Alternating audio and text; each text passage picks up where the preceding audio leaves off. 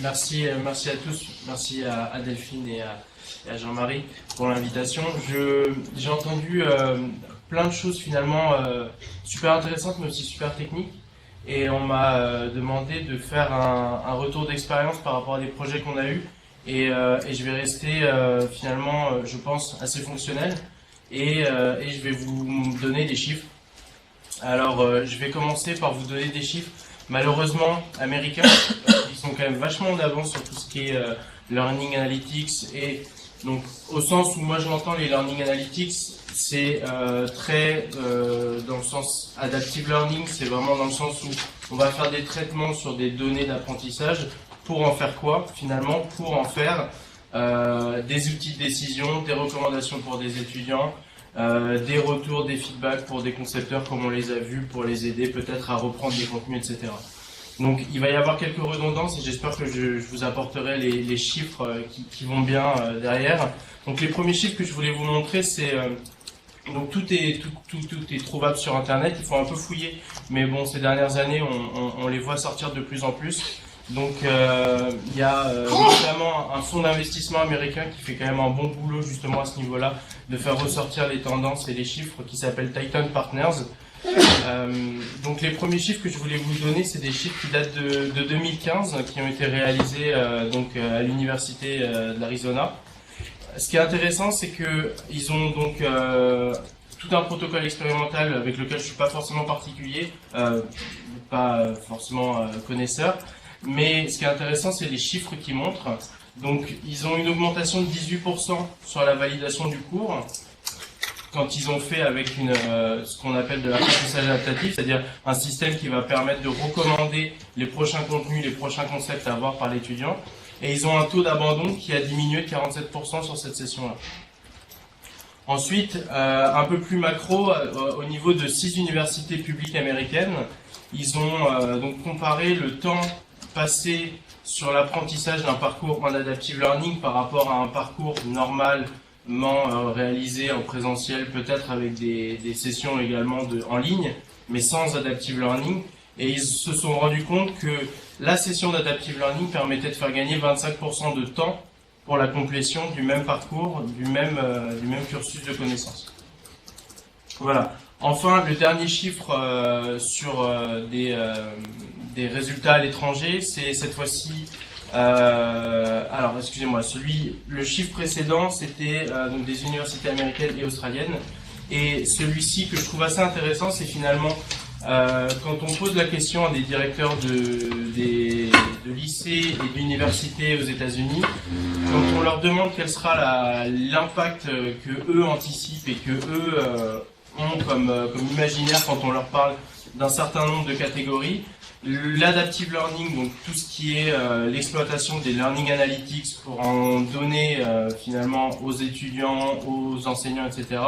66% de ces interrogés-là considèrent que l'impact de l'adaptive learning sera positif sur l'apprentissage et en comparaison seulement 42% pour les mots. Ce qui montre aussi justement cette appétence et l'idée de se dire voilà, aujourd'hui on arrive dans une maturité de plateforme et encore à discuter, mais où on est capable de tracer des apprentissages, on est capable de savoir qui est passé par où, qui est passé dans quelle session, qui a répondu à quel quiz. Et ce quiz-là, comment est-ce qu'il est contextualisé en termes de compétences, en termes de référentiels, en termes de didactique, etc. Et ces traces-là, on commence à se dire, voilà, on les a, on est capable ensuite de les analyser. On en a vu certains modèles qui permettent l'analyse de ces traces. Ce qui tombe bien, c'est qu'en fait, on ne révolutionne pas le marché de tout ce qui est data mining ou machine learning. Ce sont des algorithmes qui existent déjà. Donc l'idée, c'est prendre ces algorithmes qui existent, qui sont déjà utilisés dans d'autres industries, et les appliquer à l'industrie du e-learning, où on est capable de tracer des apprentissages et ensuite d'essayer d'en trouver des patterns, d'en faire des recommandations et d'essayer. La finalité, l'objectif étant d'améliorer l'apprentissage, ou ce qu'en anglais ils appellent les learning outcomes.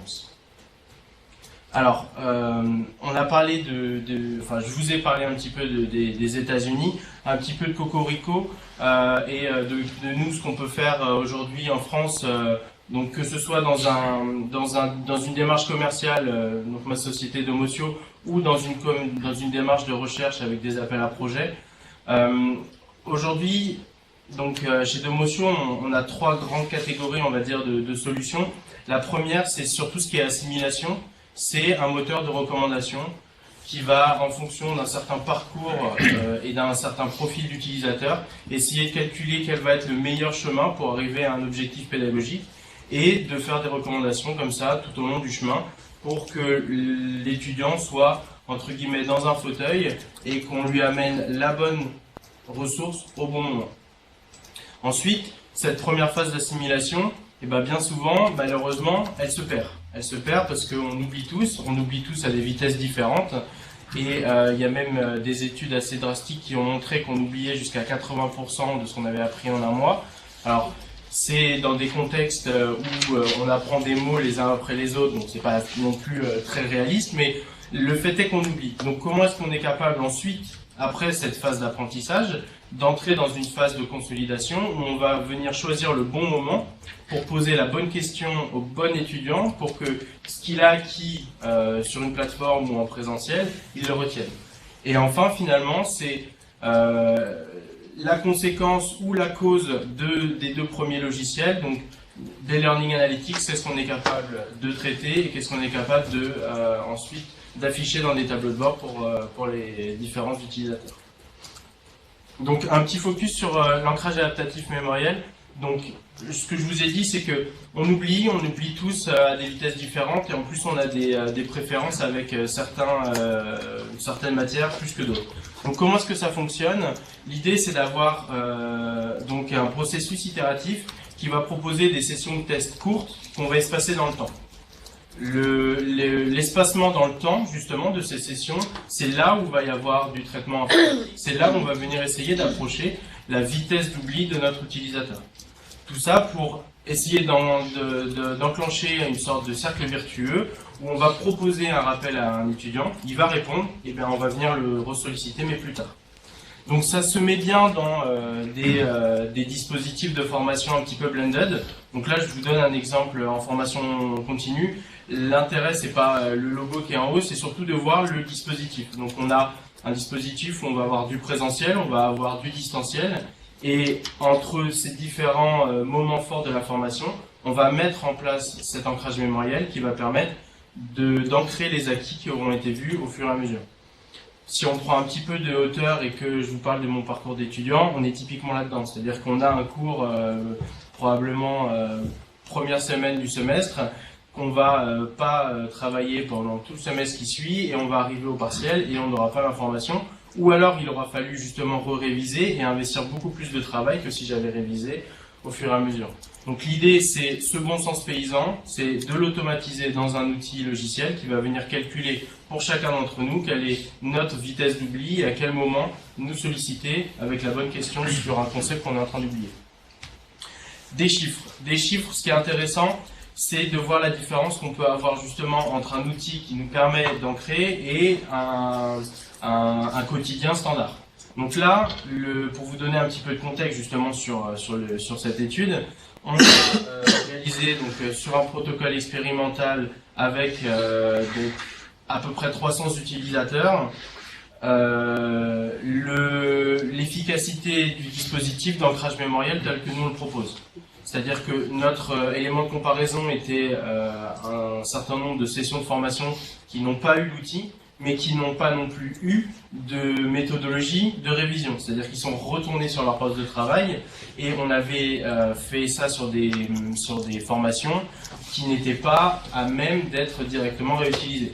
Tout ça pour vous dire que on a un gap de 50% entre l'utilisation avec ancrage mémoriel et sans, aussi parce que le contexte dans lequel on l'a utilisé fait que les utilisateurs n'ont pas revu l'information sur poste de travail. L'apprentissage adaptatif, donc là, vous allez voir, c'est très connexe à tout ce qui est Learning Analytics. Justement, je vais vous montrer quelques écrans qu'on est capable de générer et à la fin, je vous donnerai quelques résultats qu'on a obtenus. Donc, l'apprentissage adaptatif, c'est finalement, donc comme je vous dis, très connexe avec les Learning Analytics. C'est comment est-ce que je suis capable de tracer des populations d'apprenants et de regarder par où ils sont passés, quels sont leurs parcours d'apprentissage, et au niveau des points, des nœuds que je vais avoir dans leur parcours, qu'est-ce qu'ils ont fait? Quelles ressources est-ce qu'ils ont gardées? Quelles interactions ils ont eues avec un forum? Quelles interactions ils ont eues avec des ressources externes, etc. pour essayer de qualifier leur apprentissage. Ensuite, l'information quasiment la plus importante, c'est ce parcours d'apprentissage-là, quelle a été sa finalité? Est-ce que l'utilisateur a eu la connaissance? Est-ce qu'il l'a appliquée? Est-ce qu'il a continué à évoluer? Donc là, pour ça, on n'arrivera pas dans les 30 minutes, mais avec plaisir pour continuer à discuter justement comment est-ce qu'on est capable de qualifier que ce parcours a été mieux qu'un autre, etc. Et à partir de ces chemins qu'ont suivi nos petits apprenants ou nos petites fourmis, on va finalement, on en a parlé, essayer de les grouper, donc par préférence, donc un peu ce qui a été présenté, donc pas juste avant, mais deux avant. Donc on va essayer de les mettre à côté de ceux qui ont des stratégies égales ou qui partagent des objectifs pédagogiques similaires. Et on va donc regarder quelles ont été les stratégies, les parcours qui ont été choisis par ces étudiants-là pour recommander le parcours le plus optimal. Donc on travaille sur une base d'objectifs pédagogiques, de cartographie des connaissances avec des éléments de référentiel, de compétences, de métiers, de didactique, etc. pour proposer des parcours qui vont être donc personnalisés, adaptés aux besoins de l'utilisateur et qui vont être optimisés pour essayer d'atteindre l'objectif. En termes donc ça c'est vraiment le pourquoi et le quoi en termes de learning analytics. Donc qu'est-ce qu'on est capable tout au long de ce parcours de générer? Donc déjà ce qui est intéressant c'est que on casse un peu ce côté post-mortem des analytics qu'on a aujourd'hui sur les plateformes. J'ai accès à l'information que Paul a validé un parcours et qu'il était à allez, on va dire 85%, parce qu'on est gentil avec Paul, sur ce parcours-là. Sauf que c'était il y a 6 mois. Et maintenant, qu'est-ce que j'en fais? Donc là, l'idée, c'est d'utiliser, par exemple, un système de consolidation comme l'ancrage mémoriel qui va venir ressolliciter et qui va me permettre d'avoir une picture à peu près à jour de son état de connaissance sur une matière. Et en plus, je vais être capable d'ajouter une notion de maturité. Et je sais que mon utilisateur, il pourra s'en souvenir plus longtemps que s'il l'avait juste vu en one-shot un jeudi matin. Donc on est capable sur du prédictif, d'estimer à quelle vitesse est-ce que notre apprenant oublie et d'essayer de regarder, donc justement, d'ici 2 semaines, où est-ce qu'il en sera pour le relancer, le cas échéant. Ensuite, Vanda en a parlé en parlant de l'expérience qui avait été réalisée auprès de la PACES. On est capable, sur la base de banques de quiz, d'étalonner finalement ce quiz, d'estimer la qualité d'un quiz. Moi, les 2 caractéristiques que je voulais présenter ici, c'est donc 2 petites courbes, celle d'au-dessus. C'est pour montrer que à partir du moment où on a suffisamment de données et qu'on a des items qui vont solliciter un concept, le même concept, on va être capable de regarder quel va être le degré de difficulté de ce quiz-là et on va être capable d'estimer quelle est la probabilité de notre apprenant de réussir ou de se tromper à ce quiz-là en fonction d'une certaine maîtrise. Donc, qu'est-ce que ça veut dire? Si on prend côté très trivial, ça veut dire que nos utilisateurs qui ont une maîtrise faible, ils vont se tromper probablement sur ceux qui sont compliqués et réussir sur ceux qui sont simples.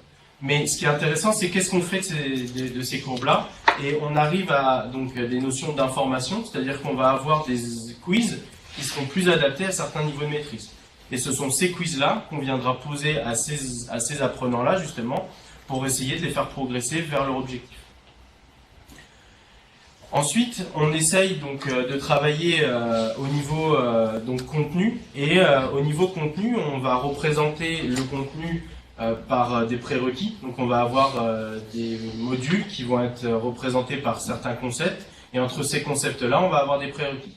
Et donc on affiche ces prérequis-là, et on est capable, au niveau d'une population, de remonter des degrés d'avancement et des alertes, des degrés d'alerte en fonction de connaissances qui n'ont pas été acquises ou qui sont en difficulté. On a parlé du clustering, on l'utilise nous dans certains de nos projets pour essayer d'aider des communautés à travailler ensemble. Donc on a des utilisateurs qui sont proches, donc ça dépend des paramètres qu'on aura justement voulu utiliser pour essayer de les rapprocher. Mais nos utilisateurs, on va donc essayer de les faire matcher sur la base d'objectifs pédagogiques et essayer de les mettre en relation pour qu'ils travaillent ensemble. Ça, c'est un projet qu'on a avec une école de commerce, par exemple.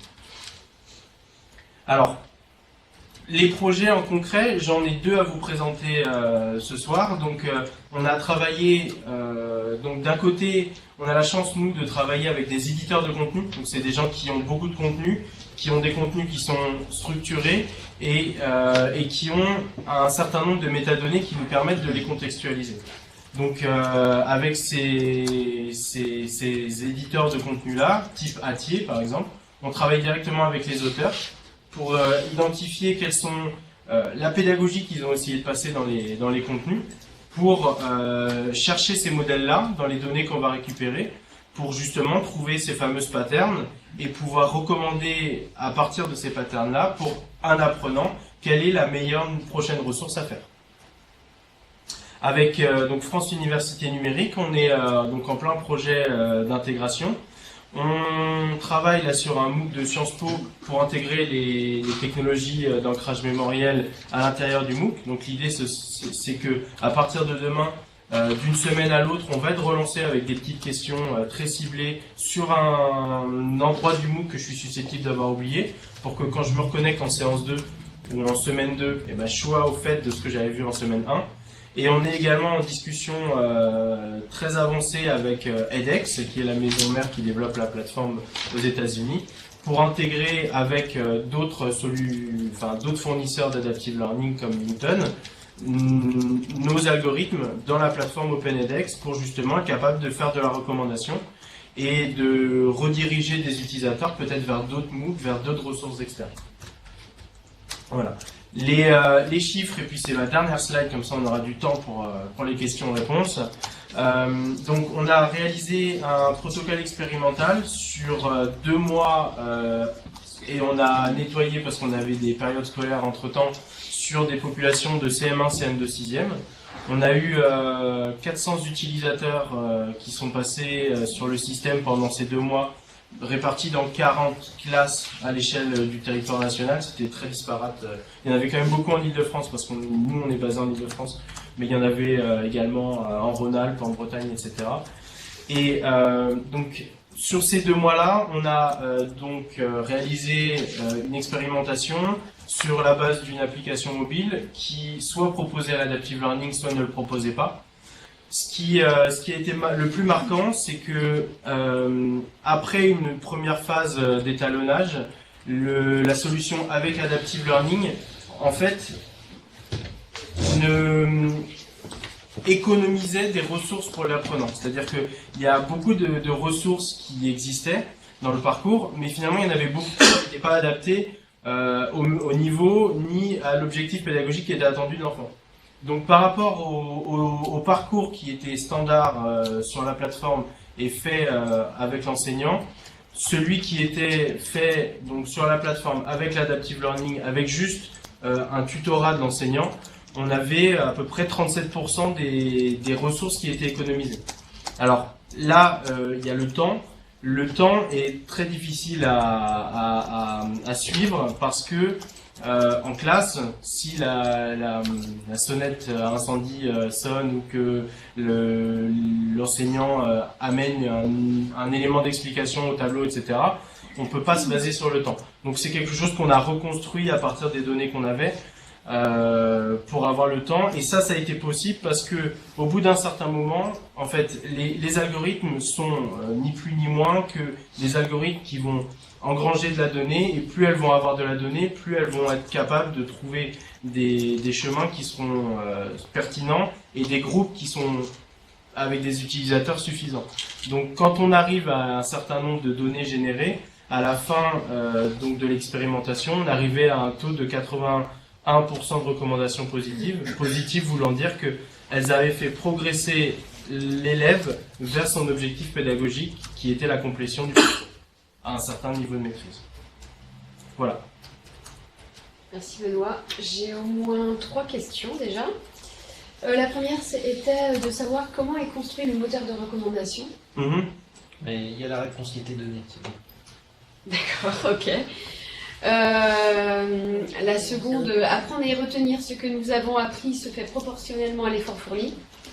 L'adaptation de l'apprentissage n'est-il pas à contre-courant de l'objectif de mémorisation? Il y a beaucoup d'éléments, je voudrais bien qu'on la relise. Excusez-moi. Apprendre et retenir Ouais. ce que nous avons appris se Ouais. fait proportionnellement à l'effort fourni. Donc l'adaptation de l'apprentissage n'est-il pas à contre-courant de l'objectif de mémorisation? Alors, je vais essayer de répondre tel que je comprends la question. Pour moi, c'est vraiment deux choses qui peuvent fonctionner de façon indépendante, mais qui finalement doivent fonctionner ensemble. C'est-à-dire que ce que j'ai présenté comme l'assimilation, finalement, c'est notre parcours de découverte, c'est le parcours dans lequel on va être confronté la première fois à une connaissance, que ce soit en distanciel ou avec un professeur. Et l'apprentissage ne s'arrête pas là. L'apprentissage ne s'arrête pas à la première fois que j'ai ouvert mon Gluno et que j'ai lu la page. Sinon, on aurait tous, je sais pas, fait Polytechnique. Mais l'idée, c'est que derrière, il y a un travail en effet, et c'est peut-être le travail le plus ingrat de l'apprentissage, c'est celui de faire de la répétition, et c'est celui de se mettre dans des conditions qui nous permettent justement de retenir. Et puis non pas seulement de retenir, mais surtout de faire le tri entre informations à retenir et informations qu'on peut laisser tomber. Donc l'idée finalement des solutions d'adaptive learning ou d'ancrage mémoriel, c'est pas de révolutionner tout un dispositif d'apprentissage, c'est de s'intégrer en tant que brique de ce dispositif-là et d'apporter finalement au bon sens paysan des outils mathématiques qui permettent d'utiliser les données pour personnaliser. Quand je parle de bon sens paysan, on sait tous qu'il faut, on a tous entendu dire qu'il fallait relire sa leçon le soir. Bon, finalement, c'est pas la bonne méthode, mais dedans il y a du vrai. C'est-à-dire que le fait de travailler petit à petit et de façon espacée, c'est comme ça qu'on va réussir à mémoriser. Donc, l'intérêt de la technologie ici, c'est de devenir un outil au service d'une certaine brique de l'apprentissage, qui là, pour le coup, est la consolidation. Alors, je sais pas si j'ai beaucoup répondu à côté ou pas, mais je ne veux pas trop faire langue de bois. J'avais une dernière question de Pierre, mais il est à Rennes, donc je vais lui laisser la parole. Ah oui, non, c'était juste concrètement comment ça se passe le rappel mémoriel quand c'est quelqu'un qui est en poste parce qu'il est marqué Banque de France. Est-ce que le matin il arrive au boulot, il reçoit un mail genre répondez à cette question aujourd'hui? Ouais, alors on a plusieurs façons de le faire. Soit on envoie un mail avec directement une question dedans et un lien, un lien j'avais oublié, qui est la façon la plus simple et la plus légère de faire la chose. Soit on envoie un mail avec un lien vers une session de révision. Soit on touche des notifications sur smartphone.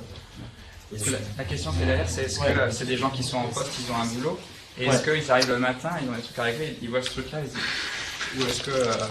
On a de tout. Honnêtement, les retours, on a de tout. Alors, la Banque de France, c'était un dispositif qui était mis en place par les RH et qui était poussé par les RH. On a travaillé dans un autre cadre chez Castorama où finalement c'était très ouvert. Vous avez un outil à disposition, vous y allez ou vous y allez pas. Pour nous, c'est pareil. Et là, on a 68% des gens qui y sont allés post-formation justement se former. Je me permets d'intervenir. On travaille donc nous au service de formation continue. Il faut savoir que la plupart des entreprises nous demandent à ce que les enseignements soient faits sur le poste de travail. En fait, clairement, ça coûte beaucoup moins cher à l'entreprise que la formation se fasse sur le lieu de travail via ce type de choses que de prendre son salarié qui part une semaine en enseignement à l'extérieur. Donc c'est pas du tout un problème pour les entreprises parce que dans les faits, de manière très pragmatique, ça leur coûte beaucoup moins cher. D'accord. Mais ça, si c'est sur un temps dédié à la formation, je comprends. Mais quand c'est un truc qui va être du rappel, est-ce que on se sent pas un peu matraqué Ouais. En fait, c'est une question d'usage et c'est une question je vais dire presque de marketing. En fait, c'est comment est-ce que c'est amené dans un dispositif de formation. Encore une fois, ça remplacera pas la journée en présentiel ou la journée en distanciel, mais après, je vais vous épargner tous les discours commerciaux qu'on a en général, mais ce qu'on vend, c'est du ROI de formation. C'est du retour sur investissement pour savoir 2 semaines, 3 mois, 6 mois après, qu'est-ce qui est resté de votre formation. Et de dire que le temps de formation ne s'arrête pas au questionnaire, est-ce que le formateur était gentil ou pas, est-ce qu'on a bien mangé le midi ou pas, mais on a un système de relance qui se veut le moins intrusif possible, mais qui reste intrusif quand même. C'est-à-dire que c'est quelque chose qui est fait sur une bonne volonté. Qu'on essaye de paramétrer pour ne pas tomber le samedi-dimanche, par exemple, parce qu'en plus avec les droits justement à la déconnexion, etc. Mais c'est quelque chose qui doit rentrer dans les mœurs. Voilà. Et puis bon, on peut continuer à en discuter après, mais après il y a même également des aspects à voir côté éthique, côté syndicat, de savoir comment sont après utilisées ces données-là, non pas du point de vue des algorithmes, mais du point de vue de ceux à qui on donne les tableaux de bord.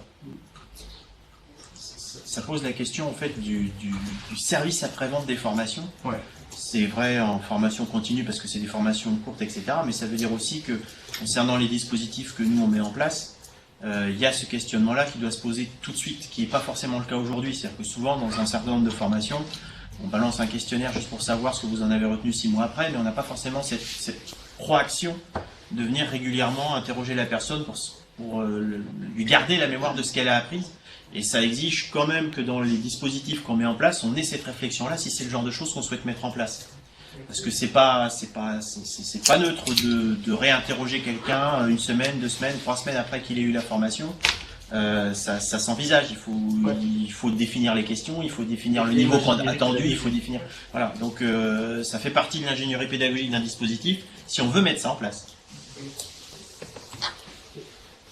Oui, j'avais une autre. Pardon, excusez-moi. J'avais d'autres questions, mais c'était. Ce sera la dernière question par contre. J'ai pas bien compris si vous participiez à la conception des objectifs pédagogiques de la formation de A à Z, ou si vous interveniez finalement après qu'ils aient été mis en place par l'ingénieur pédagogique, puisque je me suis permis de regarder votre site web. Dans votre équipe, il n'y a jamais marqué ingénieur pédagogique. Donc du coup, je m'interroge un petit peu. Les formations, plus que ce soit sur MOOC, que ce soit sur autre chose au niveau académique, utilisent très peu en fait des objectifs pédagogiques clairement donnés. Parce que c'est plutôt dans la formation professionnelle où on va faire appel à la norme AFNOR, à des choses comme ça. On va utiliser des objectifs pédagogiques, des objectifs pédagogiques spécifiés, etc. Pour normaliser un peu tout ça. Mais on ne le fait pas au niveau académique. Et on ne le fait pas sur les MOOC non plus, même qui sont offerts aux salariés, que ce soit rémunéré ou pas rémunéré. Donc du coup, comment vous construisez une formation automatique comme ça, en fonction d'objectifs pédagogiques qui ne sont pas dans des formations classiques. Et en plus, vous n'avez pas parlé à un seul moment de la récupération du profil de l'apprenant. Parce que la remémoration, ou l'apprentissage adaptatif, c'est une sorte de remémoration aussi, pour vérifier. Vous n'avez pas parlé de réflexivité non plus. Donc comment tout ça s'est construit en définitive? Est-ce que vous assistez à un ingénieur pédagogique qui est sur la plateforme, quelqu'un qui est propriétaire de la formation, ou est-ce que c'est, voilà, vous avez un questionnaire au départ pour l'apprenant pour essayer de savoir qui c'est, et après un maximum de choses sur lui, un maximum de temps qu'il pourrait avoir, s'il a une vie de famille, s'il est à 50 km de chez lui pour aller bosser, ce qui veut dire qu'il aura cognitivement pas toujours la même attention que tout le monde, un profil supplémentaire, une formation différente, enfin il y a quoi derrière? Eh ben, c'est super intéressant votre question, et justement ça montre tout le processus qui est derrière, c'est-à-dire que finalement, le nerf de la guerre, c'est pas les algos, parce que les algos, justement, nous, c'est ce qu'on développe. Et le vrai travail, c'est non pas les algorithmes, mais c'est ce qu'on veut faire avec.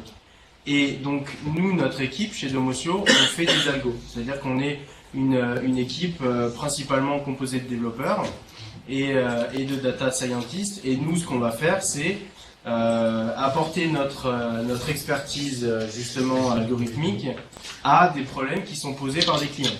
Ces problèmes-là, ils sont posés par des clients qui sont des auteurs, des éditeurs de contenu. Donc, j'ai parlé dans le scolaire, par exemple, avec Atier. Donc, nous, on arrive avec notre casquette d'ingénieur, mais on va travailler au service de leur ingénierie pédagogique. Ce sont leurs référentiels de compétences, ce sont leurs contenus, et ce sont leurs objectifs. C'est eux qui définissent quels sont les objectifs que nous, nos algorithmes, vont devoir maximiser. Et alors vos algorithmes, Ah non, je suis désolée. Mais Je on suis continue, vraiment désolée. pas Oui, tricher. vous pourrez continuer les échanges après.